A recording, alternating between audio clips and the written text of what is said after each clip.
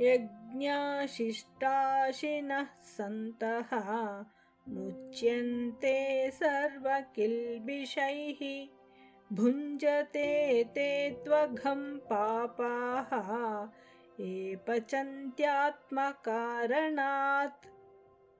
यज्ञशिष्टाशिनः सन्तः यज्ञशिष्टाशिनः सन्तः मुच्यन्ते सर्वकिल्बिषैः मुच्यन्ते सर्वकिल्बिषैः भुञ्जते ते त्वघं पापाः भुञ्जते ते त्वघं पापाः ये पचन्त्यात्मकारणात्। ये पचन्त्यात्मकारणात्।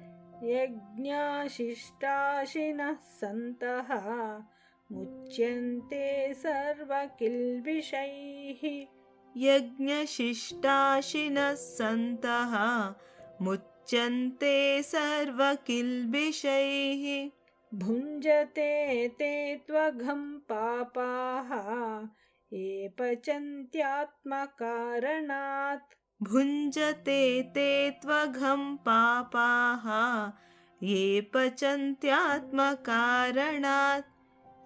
यज्ञशिष्टाशिनः सन्तः मुच्यन्ते सर्वकिल्बिषैः भुञ्जते ते त्वघं पापाः ये ಪಚಂತ್ಯಾತ್ಮಕಾರಣಾತ್. ಶ್ಲೋಕಾರ್ಥ. ಯಜ್ಞವನ್ನು ಮಾಡಿ ಉಳಿದುದನ್ನು ತಿನ್ನುವ ಸತ್ಪುರುಷರು ಎಲ್ಲ ಪಾಪಗಳಿಂದಲೂ ಬಿಡುಗಡೆ ಹೊಂದಿದವರು. ಯಾರು ತಮಗಾಗಿಯೇ ಕೆಲಸ ಮಾಡಿಕೊಳ್ಳುವರೋ ಅಂತಹ ಪಾಪಿಗಳು ಪಾಪವನ್ನೇ ಭೋಗಿಸುವರು.